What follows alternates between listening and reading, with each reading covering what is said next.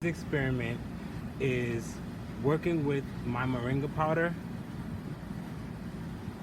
and using it as a plant fertilizer and plant growth hormone.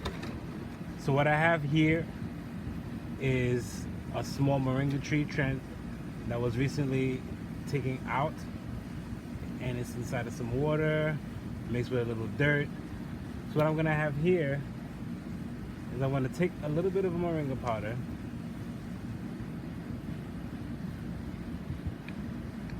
and I'm gonna mix it with some of the water here.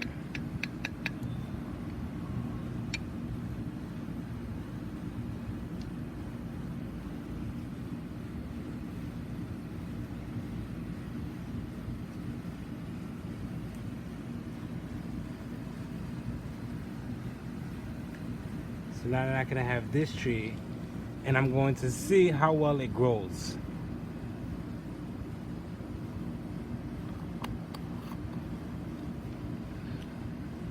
What you can also do